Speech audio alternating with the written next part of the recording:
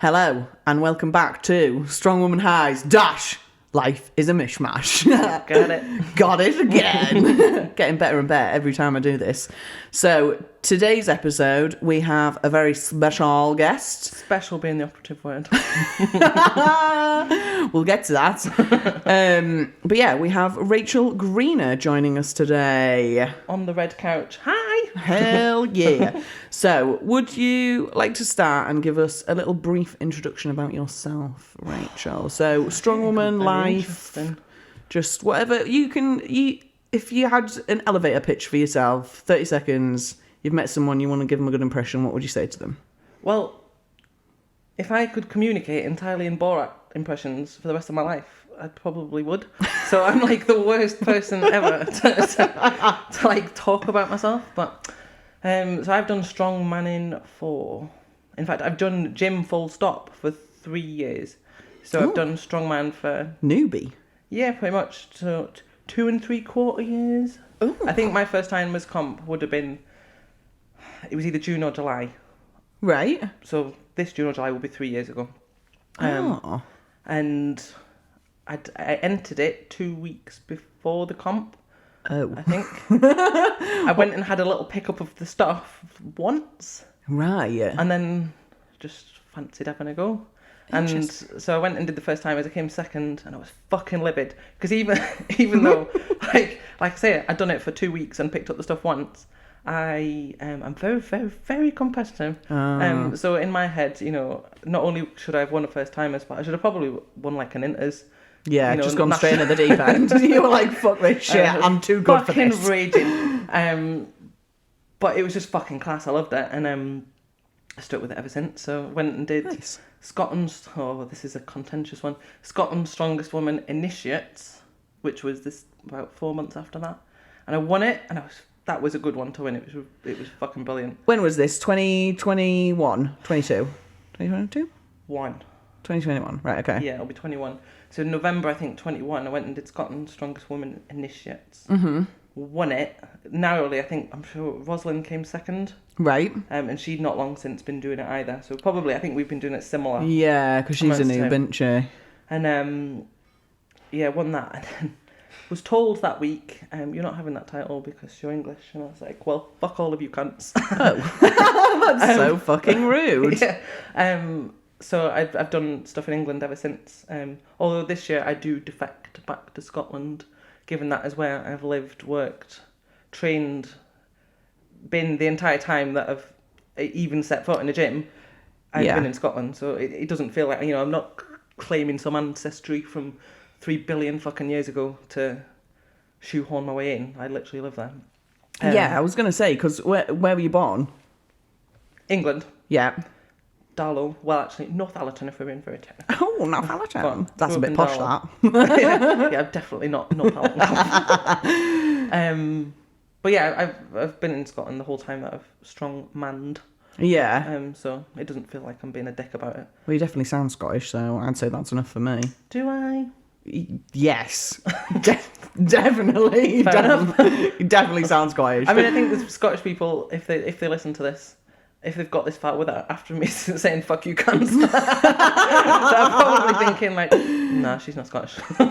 Well, I'll take the brunt of that. I think you sound Scottish to me. Well, fair enough. That's the only opinion that counts back now. Stephen Wiley's going to come after me for saying that, innit? But we can't. Not all Scottish people need to sound like him though, because I can't understand the fucking word he says half the time. Well, that's because he's from fucking Mary Hill. But he actually asked me if I would do Scotland's Strongest Woman this year. Because I live up there.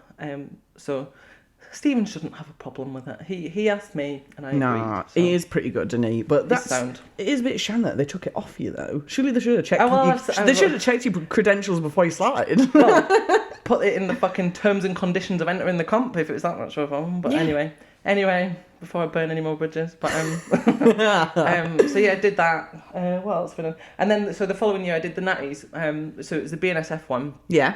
Lol. And you might want to cut that. And so I'd done England's, was at Ant Brown's gym. Yeah. Came second. Brits was at Celtic Strength Simon's gym in Swansea. Yes. Came second there. Annette won both of them. Yeah. And then went to Worlds in the September in Finland, which is weird as fuck, by the way. Not Finland, just the comp. I've heard this. Yeah. Interesting. And arguably, if Annette had gone, she would have won it, but she didn't. You can only beat who's put in front of you. 100%, I agree. And so I won Natty Worlds. Nice. But I came out of that quite deflated because you spend so much time and effort prepping for a big comp. A bit like you said last week, I think, with your being laser focused on your axle pressing. Yeah. You go fucking tits out, full send. And that's what I was like prepping for that comp. And then when I got there, it was so underwhelming. And the category was so small, and I won every event, and I just almost didn't feel like I'd peaked. I was just flat as fuck. It was awful. I mean, don't get me wrong, I'm talking about it like it's the end of the world. It's very much a first world problem that I won a world championship. all of these problems are first world problems. Like, we're not here to judge. But I know exactly what you mean, though. It's almost like post-comp blues, isn't it? But you get it while you're actually at the comp, because you think, this isn't a true representation of, like, me and the people that I'm up against. Because I think as well, when you're in a comp with a lot of really good people, you push so much harder. Well, that's it. I would have rather gone up against, the best natties in the whole fucking world, like Lucy, Annabelle, Chloe. Yeah. Whoever else. I'm not very good at knowing who people are. I kind of bury my head in the sand a little bit, but and come last, but I've had a really fucking tough, challenging comp. And feel like you've earned that place, even if it wasn't the place that you'd wanted. But hindsight's a wonderful thing. It is what it is. And at the end of the day, I still won a world title. So fucking own it, mate. Pretty fucking cool. We've both got one. Hell yeah! And I was fully intending on doing the Natties again the year after. BNSF or Natty the UKNS one, for all it looked fucking brilliant, and it's getting massive. It's going to be so good. Yeah. It already is so good. But the national qualifiers were in the January, and I just felt fucked. I think I'd done so much in that first 18 months. My old limbs felt like they were turning to fucking dust. And so Stephen had asked me if I'd do it, and I was like, I just can't. So I fully intended, and I'd seen on the Finland World Champs list thing, Rebecca Roberts had won it twice, and I thought that'd be pretty fucking cool to match that. A name. So I was like, right, I'm going to try and defend it. I'll do it for a second year, and then that'll be it, because, like I say, weird as fuck.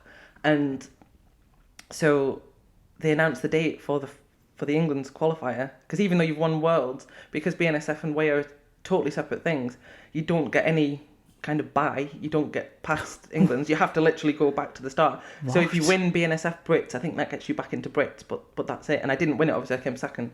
So you have to do the full pathway again, even though you've won Worlds? Yes. Oh, fuck that. Yeah. Bollocks to that. I'm not into that shit. Yeah, there was no buy given. So, and they announced the date, and it's the Hedgehog Bakery's shout out. Biggest weekend of the year. And I was like, I'm not even going to ask to get out of it. I don't want to. I'd sooner work our biggest thing, where we make all the money. Yeah, yeah. Well, that's more important, isn't it, really? Yeah, so, and then the bakery came first at the end of the day. We've had that we've had that for 6 years, and I've only done this for 3, so why would I? I had 2 years at that time anyway. Yeah. So that immediately kind of wiped out that weekend, and I messaged him, I was like, is there any way I'll send you my lifts before the competition, so it's not like I'm doing it after, and I've got times to beat and reps to beat, anything. And he was like, we'll just do Scotland as a guest lifter. I was like, fucking brilliant, that's it, sorted. Same fucking weekend. I was like, I'm still working. That's not going to work either. So yeah, I knew that kind of wiped out that pathway for that year. And at that point, I didn't realise UKNS would do that, the late on qualifier at Chaos. So naturally, I was just like, well, fuck it, I'll just go blast some gear. Don't listen to that, people. That was very much not how it went. This was a long, thought-out, researched process. Can't do this natty pathway. Fuck it. Gear time, boys. Fuck all you cunts.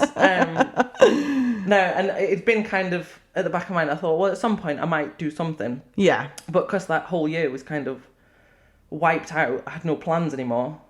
I was like, well, I'll do a little bit more researching.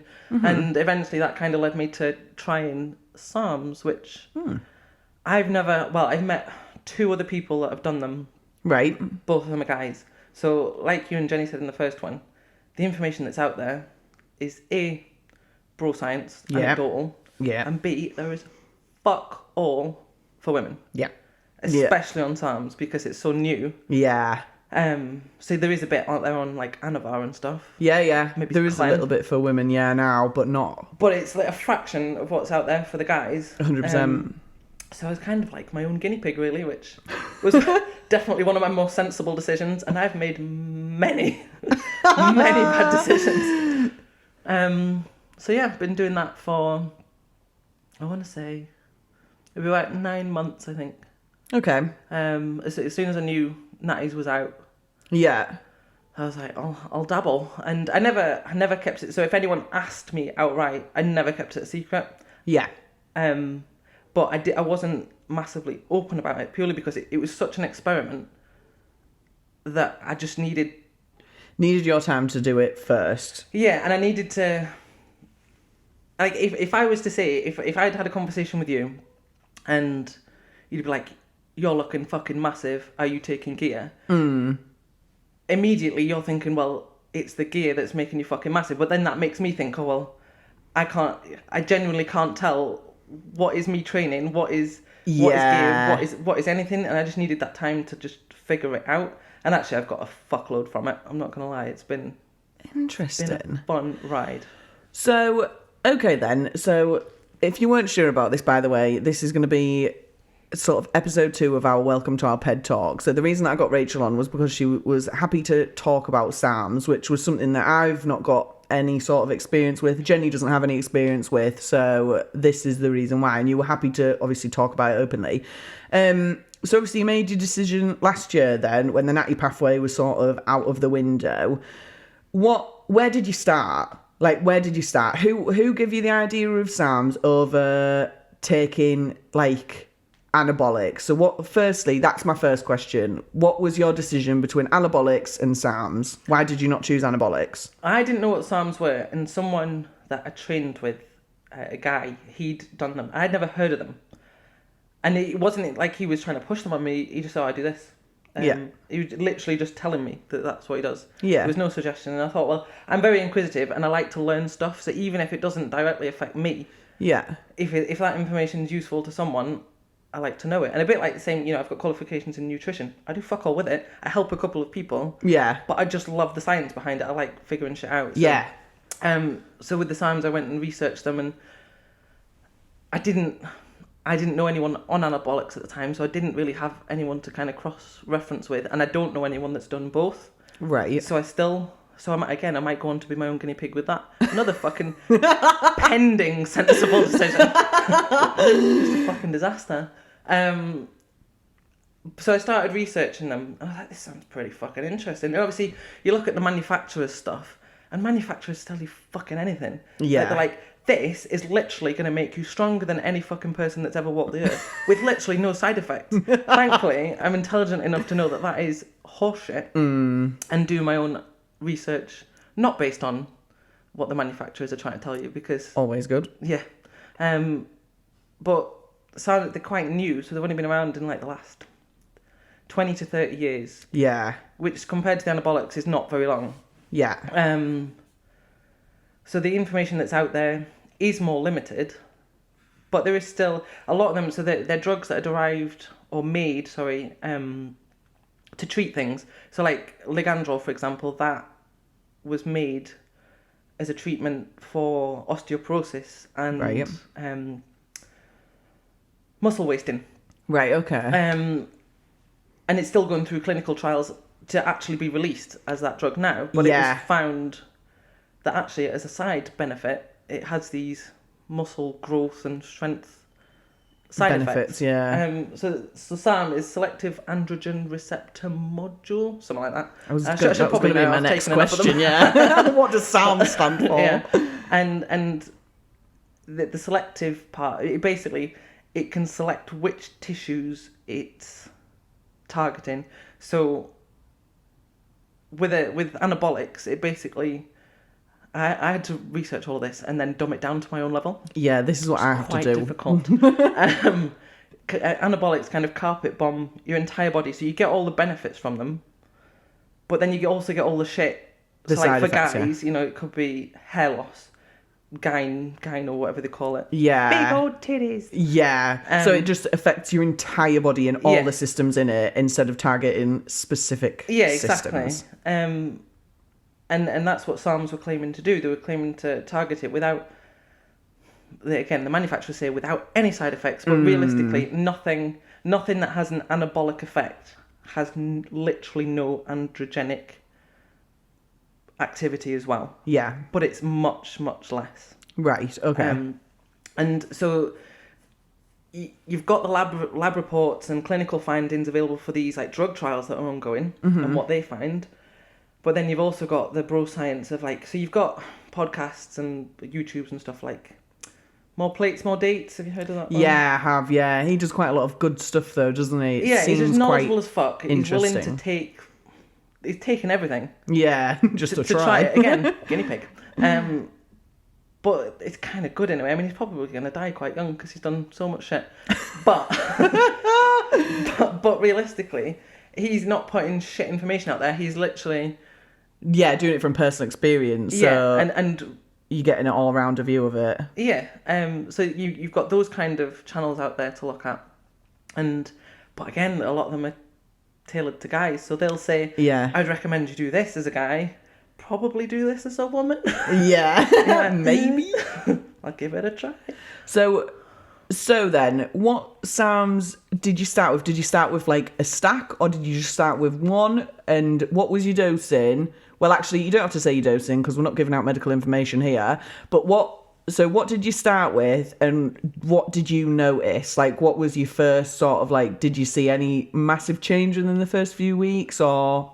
No, so I definitely won't say dosing and I think I spent so much time researching stuff, and I don't think anyone should take anything without doing the same. Because I know if you give people out too much information, like this is what I take, this is when I took it. Yeah, they'll just follow it like a fucking program without having that sort of backdrop of knowledge of like, well, this was the risk versus the reward. You know what I mean? Like, yeah. They have none of that. Yeah. They just fucking blindly follow. But I started with Ostarine, which is like the most common one. Right. It's used good for strength building, apparently. Mm-hmm. A bit cutting, just an all-round good egg of the SARMs world. Okay. I got fuck all from it. Right. I didn't feel like I was going backwards. I just didn't feel like I made Big much gains from it. And part of that was probably I was cutting quite hard at the time because it was coming up to Ultimates and I knew I had to wear a singlet, basically. I didn't want a fucking massive singlets. gun on the TV. So yeah, fair enough. So that won't have helped, and it probably wasn't a true representation of what it can do if you're eating, in a slight surplus or something like that. So the next time I thought, right, I'm going to try Ligandrol, which you can't really liken them to anabolics directly, but Ligandrol would be almost like the SARM equivalent of D-ball. Right. So it's like a bulking kind of thing, even though it's still cutting, but it's really good for strength. Right, okay. And that I've got a lot from. Okay. So that's the end of that first cycle of Ligandrol coincided with me doing the 100 kilo press. Okay. It's funny that. So everyone's like, oh my God, how are you doing? I said, chicken and rice, bro. And again, I wasn't, when people directly asked me the question, not a fucking problem. Yeah. It, but I wasn't going to openly post about it, yeah. At that point, I realised I was like, yeah, this stuff's fucking good. This is this. really fucking good. And there's no coming back from it because once you're like hooked, it's not addictive in any way. But you do get kind of addicted to the results that you get from it. Yeah. So like as soon as you come off cycle, about 2 weeks later, weak as fuck. Oh, Like, interesting. Pathetic. Like and it drives you fucking insane. It's awful.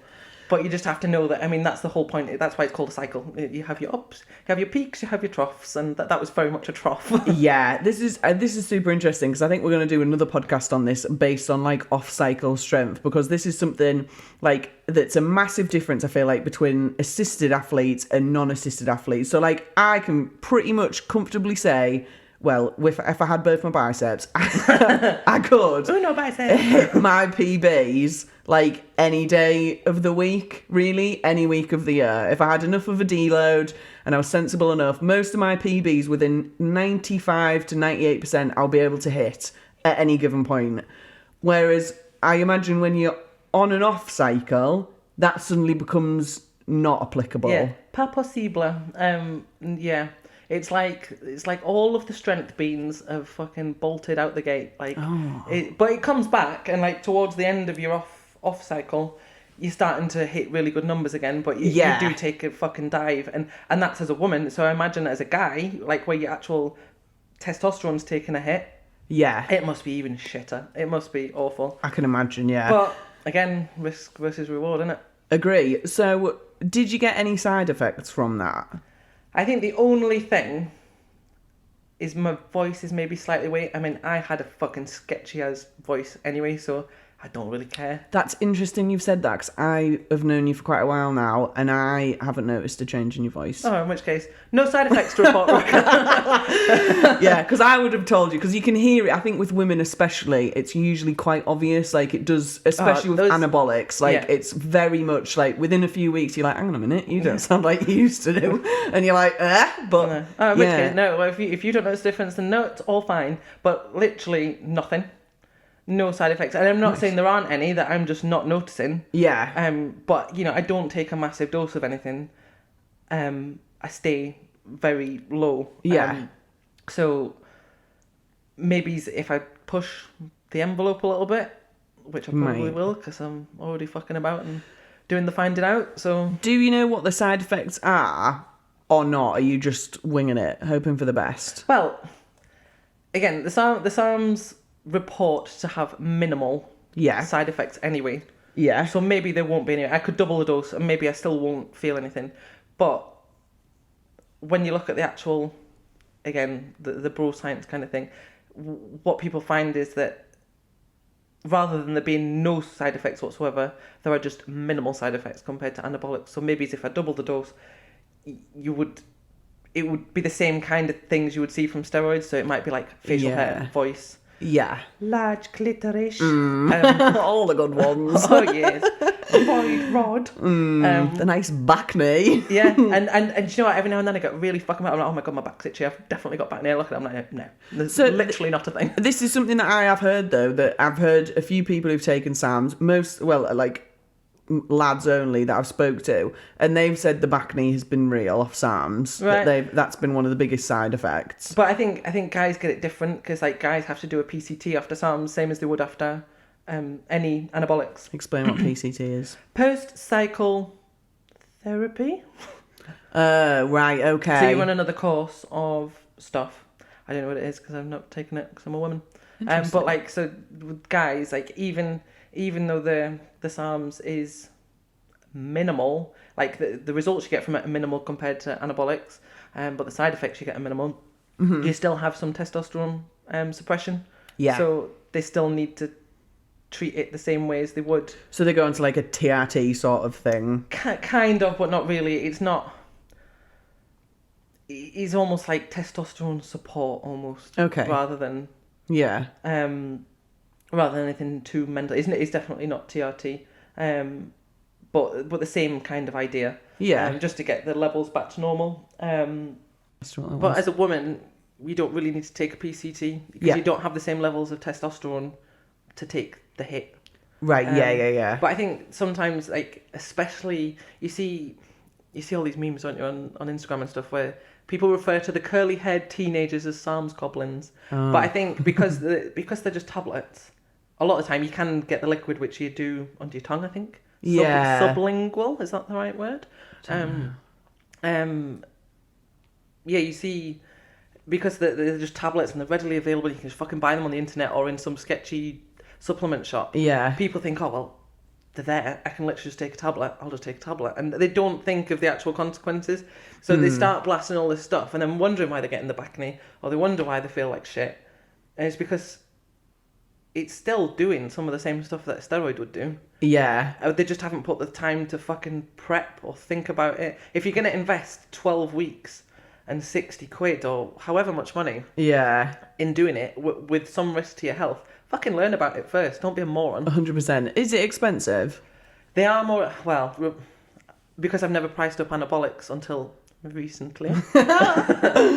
They do seem to be a bit more expensive. But then because I take a low dose, it actually lasts me quite a long time. But I think if you were to, for a guy, they'd be easily doubling that dose. It would be quite pricey. Yeah. And have you just stuck with the same SAM, the one that you'd originally used, or have you been using others as well? So I did the Ostarine first, binned that, fucking pointless. It probably isn't pointless, I just didn't do it very well.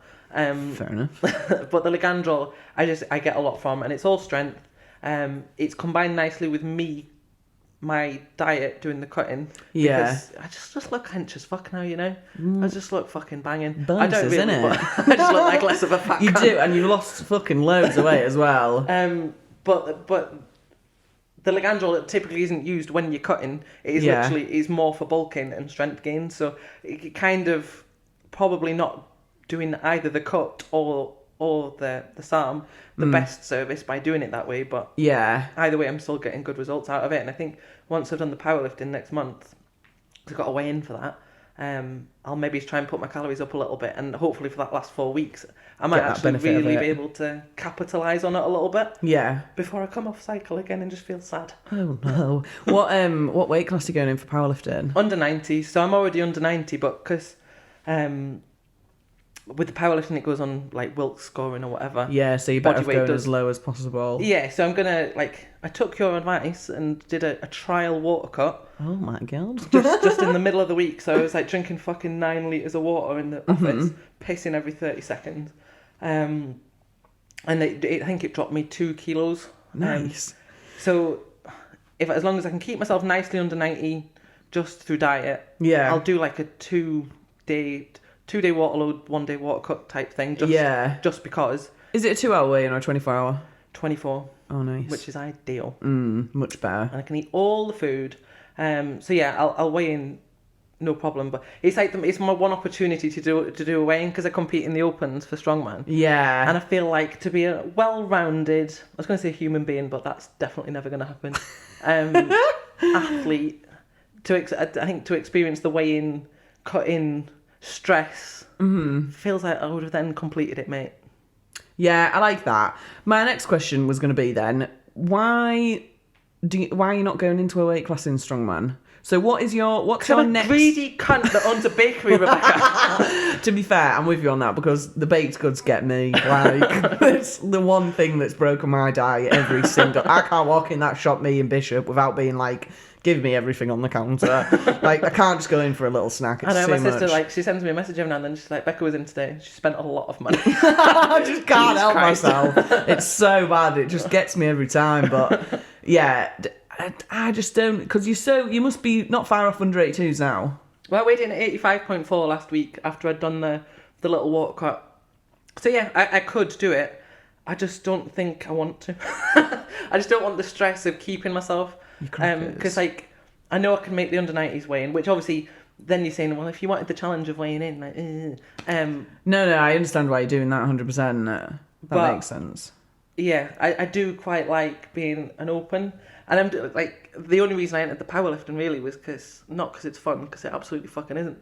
No one wants to bench, but because I'm now sitting right at the bottom of the weight class, I'm giving so much away in static strength on like deads and overhead and stuff to people that are, potentially 50, 60 kilos heavier than me. Yeah. So I thought I just need to do something to get the static strength up. And now you could say, you could have done powerlifting training without a competition, but I'm fucking not very motivated with that. I'm 100% behind you on that, because if I don't have something to train for, I am fucking shit. I needed, like, if you put a competition in the calendar, then I've got more of a focus. Yeah, I agree. I'm more likely to hit the heavier weights and I be think motivated. you push more when you've Yeah. got something on the horizon. Because one of my biggest drivers is embarrassment. I will work above and beyond so that when it comes to that point, I'm not embarrassed of myself. Yeah, Because if I go somewhere and I do embarrass myself because I've either not trained hard enough, or I've not studied hard enough, or I've let myself down, and it's something that I could have controlled, I think, what a dickhead you are, and it infuriates me. Yeah, and I thought the same thing after Ultimates last year, because we had the block press, which originally I think it was going to be block press medley, and it ended up just being block press for reps. Yeah. And at no point at all in the fucking months leading up to it did I get a hold of a block. Not a loadable one, not a stone one, nothing. So I managed to get one rep and then made a right cunt of it afterwards. Yeah. And I thought, do you know what, this was entirely within my control. I could have gone, there's any number of gyms, you know, I drive all the time to get up and down to the bakery and to do all sorts of stuff. I could have gone and found somewhere, so that was my fucking fault. So I kind of vowed that ain't happening. Yeah, I like that. So when's the powerlifting meet? Next week, next month? 13th of April, I think it is. Scottish Championship. So that is my first outing as a McPerson. And then a month after that, it's Scotland's Strongest Woman, which is at GBA. And it sounds fucking brilliant, to be fair. Stephen's making it. It's Saturday night. I'm so excited for it. Are you coming? I'm going to have to, yeah. Woo! I don't know what the date is, but I'll make it work. I'll come down. It's I want to say like the 18th. Is it May? Yeah. It's about a month after the powerlifting. Yeah. But yeah, it's going to be a Saturday night. He's going to get the booze in, and his Giant Sniper streaming it. It's going to be epic, and the lineup is stacked. I mean, Laura Baxter's just a fucking animal. I was listening to a podcast with Keldo this morning, and she's just something else there. Yeah, and now that she's like not restricting herself to a weight class, 100%. so she's got that extra she's kilos behind her. She's just going to be like unstoppable. She was good at under 82. Like, she was really fucking good at under 82. She was good as an open at under 82. Yeah, and now she's a real open. Now she's like just been unleashed into the wilds. Oh my god. But yeah, it's going to be fucking brilliant. Yeah. And I've podiumed every single comp I've ever done. This could well be the straw that breaks the camel's back. Honestly, because the lineup is massive. Have they released the lineup yet? Are we allowed to talk about it or not? I don't actually know. No idea. Well, we better not, just in case, because they will fucking kill me. I assume we would be able to, but we know Laura Baxter's doing it anyway. But yeah, I think it's going to be fucking stacked, that, in it. So what's your plan then for the lead up to that? This would be interesting to find out. What's your plan? So once you've done your powerlifting, that's out the way. Do you know the events for Scotland's yet? Yeah, we do, don't we? Know some of them. Axle deadlift for reps, 190 kilos. It is axle overhead for reps, 80 kilos.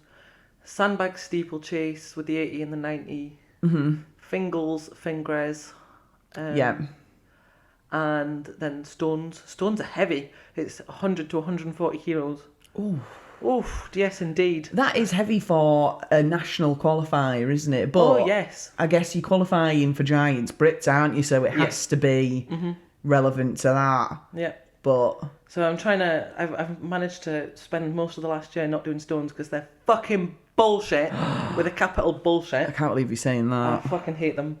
I'm actually not horrendous at them. I just find it's like going swimming. Like, once I'm in the pool, it's fine. It's the getting ready. Yeah, the fucking about. It's the fucking. It's then the cleaning up afterwards. It's just a pain in the ass. But I had my first tickle back at stones in the last couple of weeks, and I managed to match my PB last night. So, touch wood is a decent starting point. Yeah, 120 is a fucking decent starting point, like a dickhead. You know, that's at a lower body weight, so... Yeah, so technically, a new PB. That I'd count it, mate. I did. 100%. So yeah, I need to... Yeah, they've not been in any comps for ages, so start working on them a little bit. And then... And make sure I get onto the Fingals at Stevens, because it's only 45 minutes down the road for me. And not make it a redo of the block press where I was like, not fucking touching. No, Fingals is so technical as well, and it can be lost on people who've done it before to people who haven't. Like, especially when I just watched that European Pro Strongman at GBA, and you could tell the people that had trained that event and the people that hadn't had access to train that event. It was like night and day. And people who were weaker than people who were a lot stronger were able to get more reps because of techers. Yeah. So it's definitely, I think it's like, it's a bit mongy, but it's a technique getting that Fingal's finger, definitely, 100%. Like, me and Emma drove to fucking Edinburgh to go and try them before 90 Worlds, because I was like, I'm not letting this slide. I will be good at this event, whether I like it or not. But interesting. So, my next question is then, are you looking now into anabolics in preparation for this? In preparation to try them, do you mean, or in preparation for Scotland? Scotland's. No, I wouldn't fuck about that close to anything important. I know what I'm doing, so I'm back on the same thing again now, the Ligandrol. I know what I'm doing has worked for me. Yeah. And yes, arguably, I don't know, you might get something more out of Anavar. But I don't know that because I've not tried it on myself. So same principle as the water cut. You were saying try it when it doesn't matter. Yeah. I'm not going to fuck about and mess up what I know has kind of worked well for me. Yeah. But I think I will try them at some point because I want to know the difference. I want to see how it stacks up. Yeah. Again, the risk goes up because it's more carpet bomby. Yeah. But as long as you're not kicking the arse out the dose and you're keeping an eye on everything else, because I already do, like, because it's tablets that I take for the SARMs, you know, I already take Liverpool. I know what you mean, yeah. Liver support. Yeah. Because, just in case, and things like, if people research stuff in enough detail, you'll find that actually one of the side effects of Ligandrol is that it can slightly decrease your good cholesterol. So have that in the back of your mind. Like, if you're going into something with already shit cholesterol, don't then take something that makes it worse. Yeah. Address that first, and then make sure you support your body through 100%. through the cycle as it needs it. Whereas I think a lot of people would just fucking clusterfuck the way through it. Well, I think so. I've tried to be quite sensible. I already do the liver support. So I'd know what I was doing with that if I was to switch to Anavar or whatever. I don't think I'd ever go beyond Anavar. I'm certainly not going to turn into like a trend monster. No. Usually a step too far for most women, I feel like. Yeah, only the real big and brave ones are doing the trend there, so leave them to that. The big and brave ones whose wives lead them because they're so fucking mental. Yeah, it's not. I've never heard anything good about it, but so in terms of like health markers then, so when you're on cycle, what are you tracking health markers? Like, are you getting bloods done? Are you, like, I know you said you take liver support. Are you looking out for anything particular where you're like, I don't like this isn't great, I don't feel great, I'm going to pull back, or not? I'll be honest, I kept in mind that I could get bloods done. I've never done it. But, like, I do keep an eye on things, like, just generally how you feel, like, does your mood change? I'm always pretty laid back. People infuriate me driving, but they always did. Yeah. Like, so there's been no, like, changes in anything. Yeah, no personality change or anything like that. Yeah. What I do find is that once I'm a month in, Japanese Flag Week, gone. Oh. I ain't fucking complaining about that because it's an absolute bastard. So to me, that's actually a win. But from an actual health marker point of view, what I find is as soon as I come off cycle, straight back.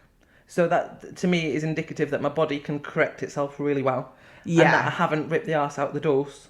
Yeah. And that's the only real change. Nothing else changes.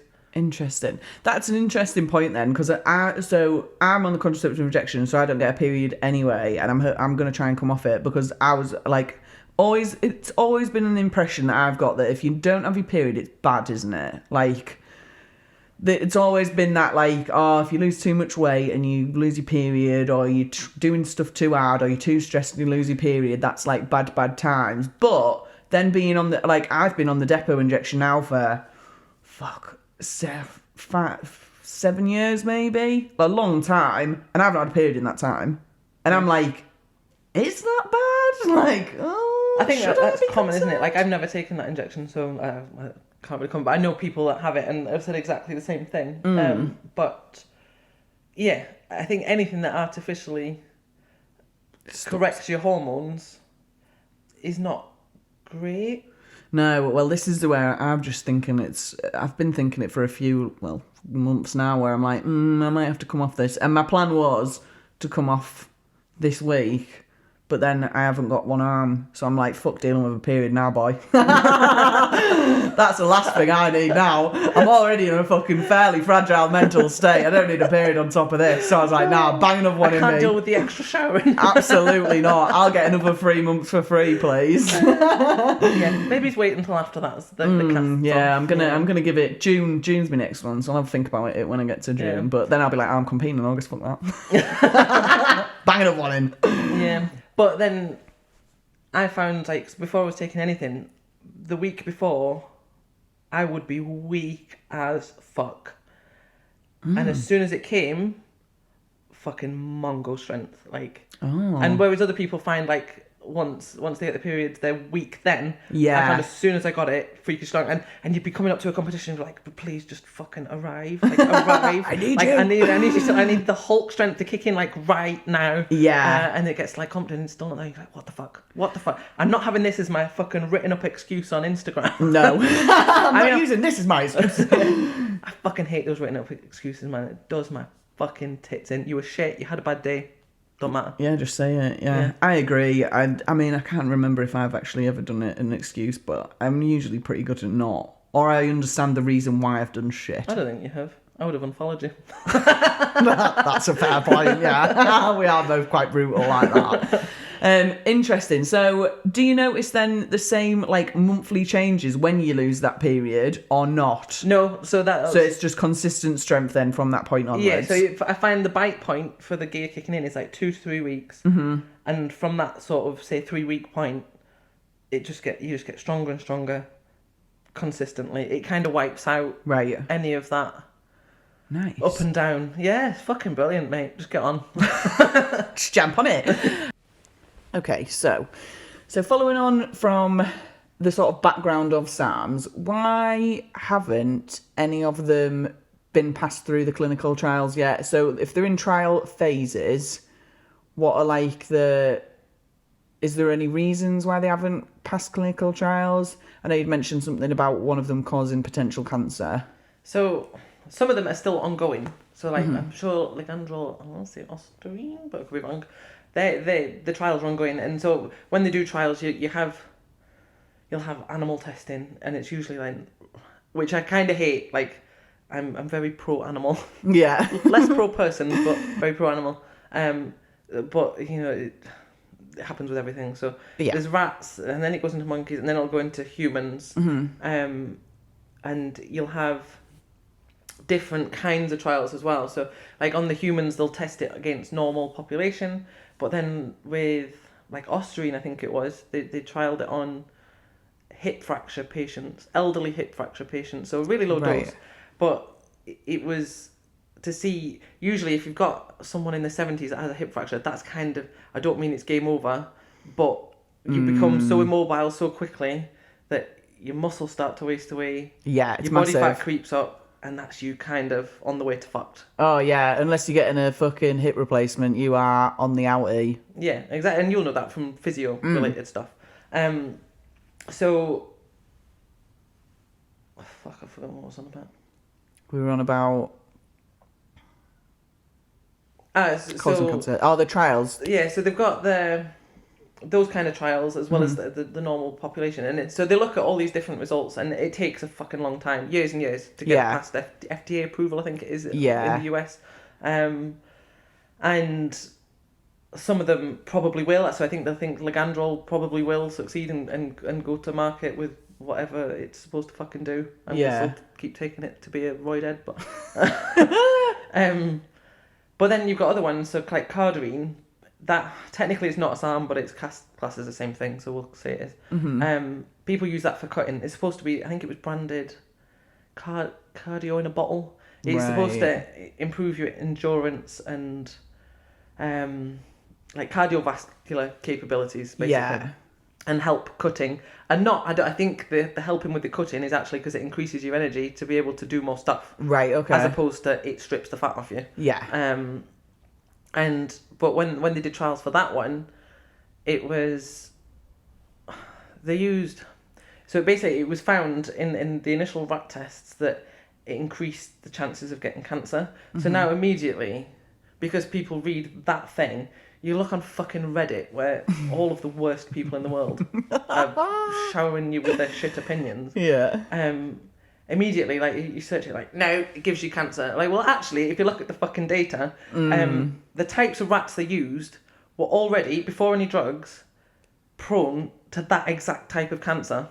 And they were given dosages of the drugs that were like 10 times more than a human would take pro rata. Yeah.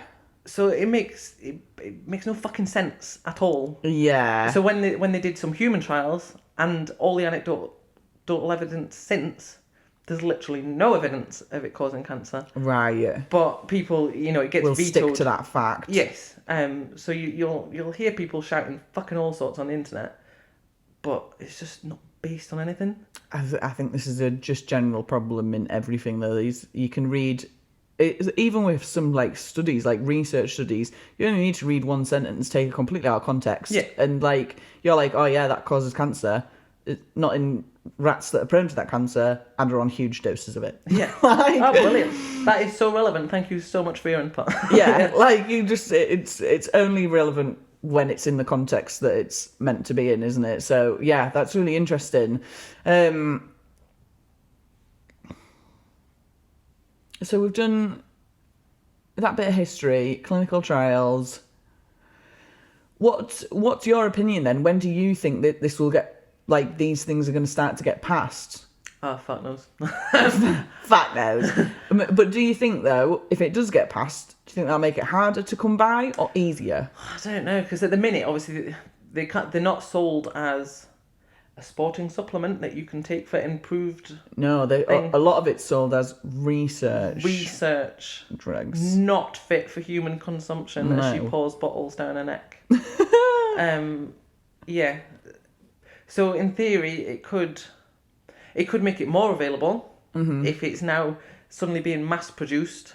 Yeah. But at the same time, if it's no longer having to be sold as research chemical, might make it harder. it might make it more expensive because they're like, well, actually, we can say this is actually FDA approved. Yeah. This is a legit thing. Yeah. This has not been made in a bathtub. No. Yeah, it might make it more difficult to get hold of, but also expensive. But there's just no fucking way of knowing. No. I'm not important enough or clever enough to have an answer on that one. Oh, that's fair enough. It's a very Reddit answer you'll get from me. I like it. Fair. Cool. Well, that leads me on to my next question then. This might be a bit personal, but so in terms of long-term side effects, these aren't known for SAMs yet, which is why they're not readily available and they're not because they're still in the testing phases. Are you concerned? Like, are you thinking children in the future? I fucking hate children. Absolutely not. They're the worst. I thought that was going to be your answer. Like, the ones that are still here listening have just turned off.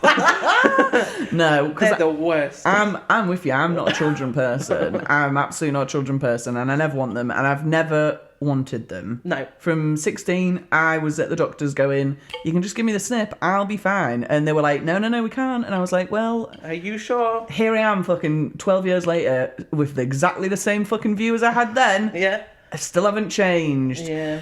But yeah, so never want kids. No.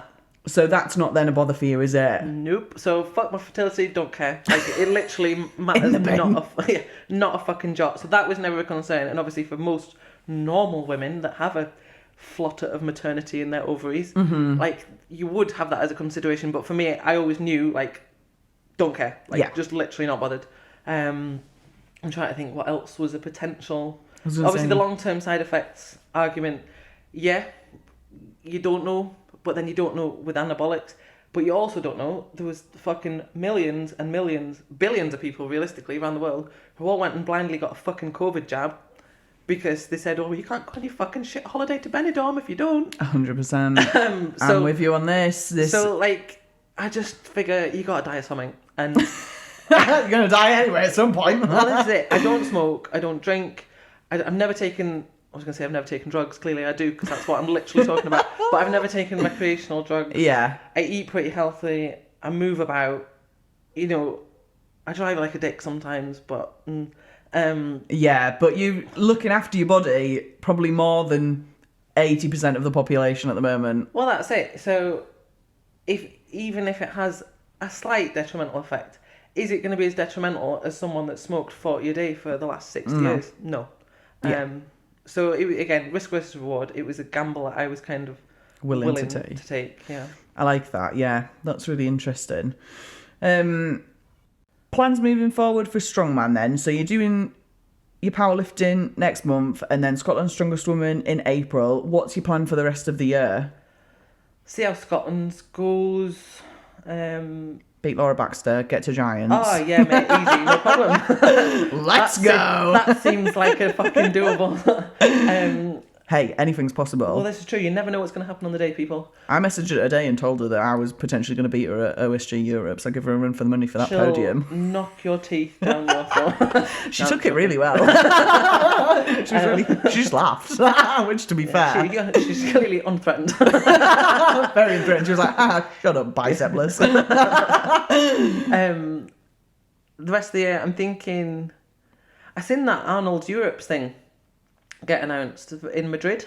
Ooh, yeah. And I'm quite fancying a little... Should we just all go on Madrid Spanish holiday to Arnold's? Yeah, Because let's Emma do and it. Molly did it last year and it looked like so much fucking fun. I was like, I'll just go for the sesh, fuck the comp. That is literally like the only bit of Spaining that I'd want to do. Because the rest of it is just absolutely not my cup of tea. Far too many people. Yeah. But like a comp in a nice city where you could do a little bit of sightseeing and like a nice bit of eating. Yeah. Just, yeah, that sounds like a bit of me. And so I was thinking that potentially, if we can get in, maybe do the Arnold's amateur qualifier that's in Hartlepool for Ohio Yes. in August. Not gonna lie, you probably get in there because there was like one person in every category who did it last year. Oh, well in. Why are you training? It was low numbers. Which shocks me because you'd think people... But then again, I suppose, like, if you were like me...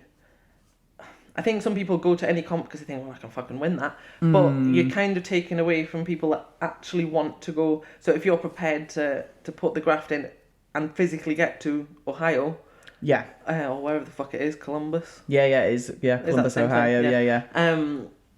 Yeah. Put the money to it, put the graft in. I wouldn't do the qualifier unless I was in a position that I thought I could do that. Actually do the I will. comp, yeah. I will see how that is at the end of the year. It might be that Madrid is the fun outing for the foreseeable. Don't know. Yeah. If there's an OSG Europe's qualifier, maybe have a little look at that. That's obviously going to be massively popular this year because people will have seen it last year and be all over it. They'll all want in. Yeah, I think that's going to be much bigger. Well, I'd hope it's going to be much bigger. And it's in York, which I feel like is a lot more accessible for a lot more people. Well, I say from York. I'm not from York. I lived there for quite a few years, so I've got friends there. So it would be fucking amazing to be able to get in and have my friends from down there be able to come and watch. Yeah. Stay with them for free. Yeah. If you're listening. Yeah. By the way, I'll be there. That would be fucking brilliant.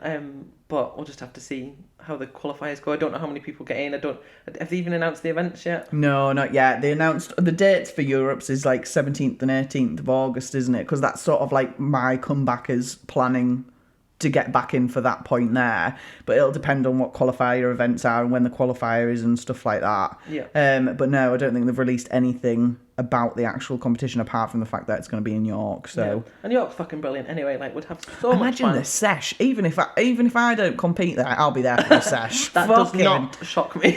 York day sesh is what I grew up on. I fucking love a day sesh in York. Getting off the train at top of Micklegate and fucking... Fuck yeah, just hitting every fucking pub and bar on way down. Yeah. Class. Yeah, I loved a York day sesh. Be well up for that. So yeah, even if I don't compete, I'll be there. Oh, cool. So you've got a fucking good plan then. I was going to say, if you do the Arnold Madrid, that qualifies you for Ohio. Is it just the winner or is it top however many? I have no idea. I can't remember. Fucking help me then, Rebecca. I'm not that knowledged up. But I know that is a qualifier for the Ohio one. So if you did that, you wouldn't have to go to fucking Hartlepool and do that one. Yeah. Obviously the Hartlepool one's easy for me because it's like 20 minutes from my sister's house. Yeah. And the bakery, so I'm well stocked up on the carb load. Easy. Well catered for on the accommodation, so it's easy done. But just decide closer to the time. Just see how the kind of shapes up. And do the opens in both of those? Yeah, buddy. God. I really want you to do the 82s, but only because I know you'll annihilate it. But it also works against me because then you'll annihilate me too. So I'm I might just lose a bicep. oh, come on, come down to 82s. And then I'm like, actually, why am I fucking saying this? No, stay in the Evans. Why be a good 82 when you could be a shit open? Well, that's what I found out for my first year the hard way. But yeah, no, cool. Anything else you'd like to add then? Because we've been talking now for nearly an hour. Final points. We'll do a silly goose, but have you got anything else you'd like to say about SAMs or about, obviously, again, I'm going to point out, we're not medical fucking professionals. We're not professionals at fucking anything. Nothing. Absolutely fucking nothing. I'm professional at tearing my bicep off, that's about it. But yeah, if there's anything else you want to add or say that you haven't had a chance to say. I would just, anyone that's considering it, take it as seriously as if you were doing steroids, because you're going to get some of the same effects, albeit watered down. Yeah. But if you don't research it properly and understand what you're getting yourself into and prepare for your proper post-cycle therapies and all that sort of thing, you are going to fuck yourself up. Yeah. So research it and understand it. Things like Ligandrol, for example, has like such a high binding affinity to its androgen receptor thing that it can kick off. This is obviously more relevant for guys, but it can kick off the testosterone that's already in that little receptor and bind itself, and then that testosterone then floating around as free testosterone, which then can aromatize into estrogen. So even though Ligandrol doesn't cause higher estrogen levels, actually the chain of events, like the way it kind of works, it does have that knock-on effect. And people just don't read into things into that level of detail. They just think, this has got no side effects, I'm just going to go take it. I'll be fine now. Yeah. But I'm always happy if anyone wants to ask me about it. I read and listened to an awful lot. So people can ask me. I'm not going to tell them in massive great details, how much of what I do, because I think that'll take away from them learning. But 100%. And people need to make their own fucking decisions and do their own research. But I'll tag you, obviously, your Instagram page and everything in the show notes for this. So if people want to reach out to you, then they can reach out to you via or Instagram. Or unfollow me if you've really fucking hated it. Feel free. I really don't care. Give a fuck about anything at all, ever. No, perfect. Right. Well, what we'll do then is we'll call that for the serious part. We'll have a short break and then we'll be back for some silly goosing, in which time you can all nicely listen to, again, Emma Grunnell's lovely Silly Goose song. So please enjoy and we'll be back in a minute. Silly goose. It's silly goose time, where our lips get loose and our minds run free. Silly goose. It's silly goose time, where we chat a load of shit that's of absolutely no use. It's silly goose time. Okay, so we're back and it's time for everyone's favourite part, silly goosing. So we're going with a pretty broad question today. I just want to know your opinion on aliens. Like, opinion as in, do they exist, or... Yeah, so do you think they exist first? I can't imagine how, like, the universe is, like, so fucking massive. Like, massive. It can be that big, and we be allegedly, the most intelligent fucking thing that's knocking about. Like, that seems impossible. Yes. But at the same time, it's a bit like my opinion on ghosts. I want to believe that there's all of this mad shit. Yeah. But I have no evidence or, like, experience directly of it happening. So, like, I want to believe. Yeah, I feel like X-Files star, and I fucking love X-Files. Yeah, I'm with you on that. I'm in the same boat. I really want to believe in it, but my logical brain won't let me because I haven't. I'm very logical, and I only deal in, like, entirely in reality. I can't do pie in the sky shit very well at all. I'm not creative. So I really want to, but I need more convincing. That being said, I'm a massive fan of War of the Worlds. The original musical version, not the wanky Tom Cruise film. Oh, are you? That's interesting. I don't think I've ever seen the musical. I feel like it wouldn't be as scary in the musical, though. Is it? We'll try it later. That's what we're going to do tonight. We'll go and watch the musical version of War of the Worlds. We'll eat beef and Stilton pie and listen to War of the Worlds. I can't even believe there's a musical version of it. That's wild. When I watched War of the Worlds with Tom Cruise when I was a kid, and it absolutely traumatised me for months. I didn't see, sleep. I grew up, like, we used to go on holidays to France when I was very young, and it was a cottage in the middle of nowhere, so it was fucking pitch black. And my dad would play War of the Worlds, and the music is, like, when it's loud, it's so atmospheric, and it just creeped the fuck out of me, and I love it. I absolutely love it. So, yeah. Sounds like child If abuse. if aliens are like War of the Worlds, like, if that's the kind of vibe we're going for, and that kind of terrifying music's playing, I'm down with an alien apocalypse. Oh, no. I'm the opposite. If aliens are here, I want them to be fucking friendly. I want to get stuff out of them. I don't want to be fucking then you get the traumatized ones- by them. I listen to all sorts of fucking weird podcasts, like Real Life Ghost Stories is one, and there's obviously the ghost in the name, but there is a bit of alien shit in there. And then there's one, Real UFO Chronicles. They've got some fucking mad stories. Yeah. But there's, like, people that are convinced. I remember listening to one story, and a woman was on a train, and she just realised that she was at a table with, like, 3 other people, and she realised the people around us weren't quite right. Like, there was just something wrong. Like, they looked like people, but almost like someone that's never seen a person has drawn a person. Right. And couldn't, like, quite interact. And she was absolutely, like, 100% convinced that these people were actually aliens. But see, the thing that then gets me about those stories is, why don't you take a fucking picture?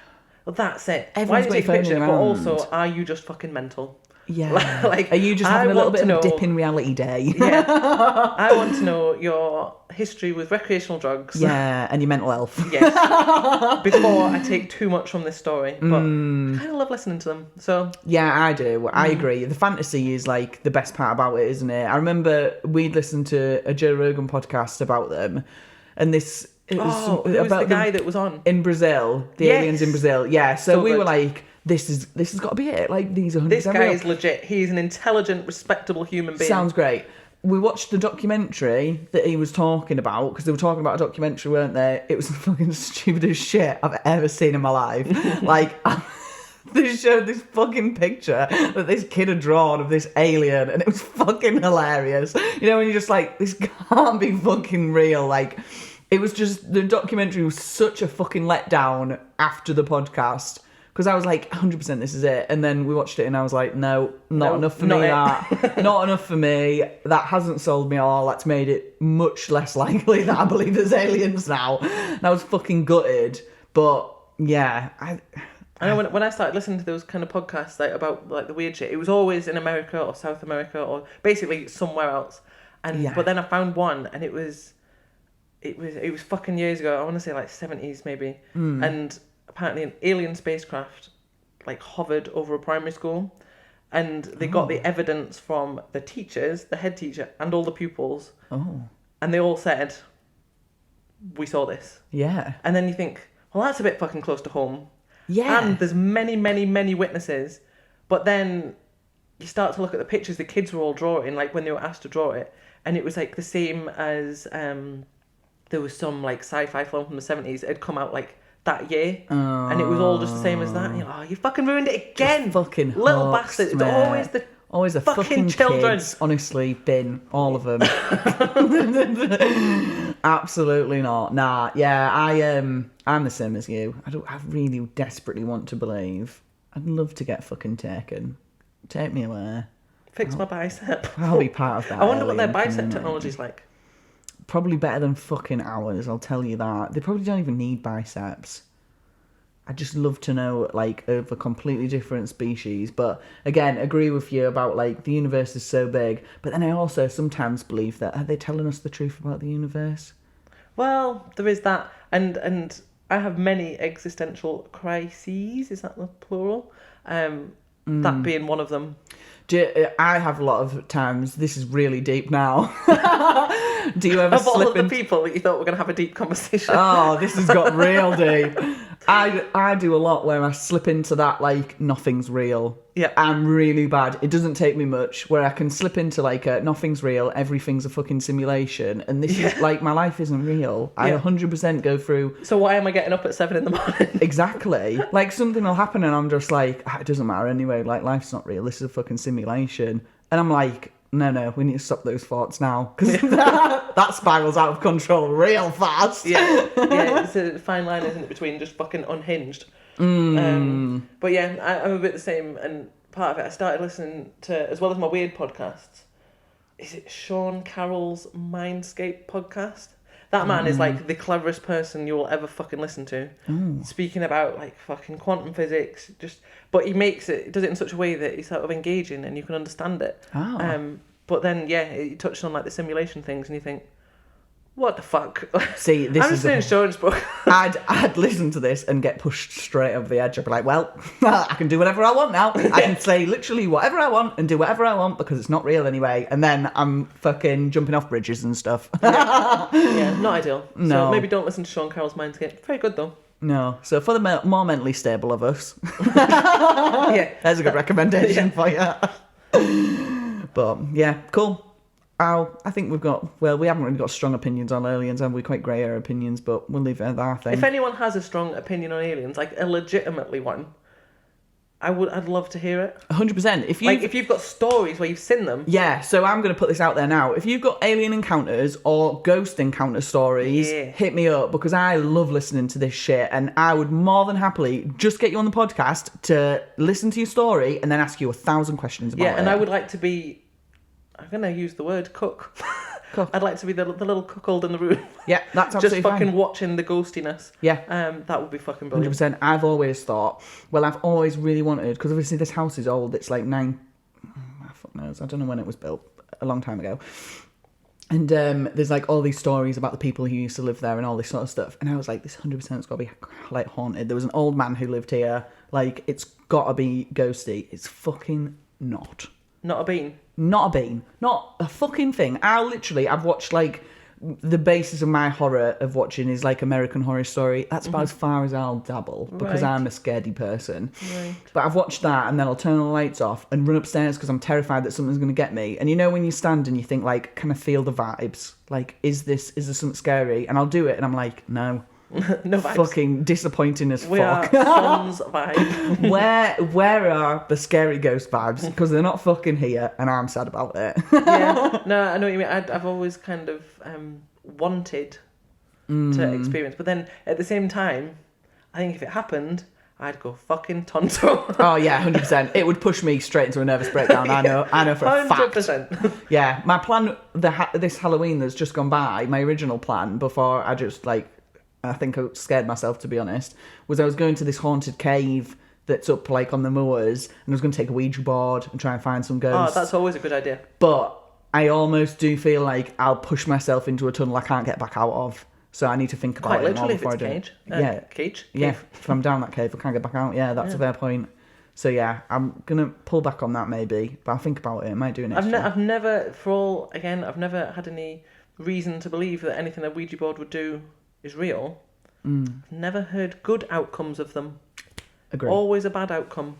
Yeah, I'm with you on that. Yeah, it's almost like you open a door in it, and like, do I really want that door open? Yeah, I want to see ghosts, but like, I don't want to be fucking poltergeisted for the next 20 years. No, I like this house. Fucking disaster. Have you seen that guy on TikTok who has that poltergeist in his living room, and it's like knocking fucking stuff TikTok. over? I'm a lot older than you. Oh my god, I fucking love TikTok. But yeah, there's a guy on there who's got this poltergeist in his house, and it's like throwing stuff around his room and slinging all his blinds and stuff. And I know that people can fucking make these things up, but it looks legit, it looks real. And he's just like some gadget who's like, oh, fuck off, Pete, fucking knocking my fucking crisps over and stuff like that. It's quite funny. But yeah, check him out because he's quite funny. But yeah. Nice. Cool. Well, I think that's it. We'll call it a day from that. So thank you very much for being on the podcast. Any final words? No, none. See you then. Bye. Bye.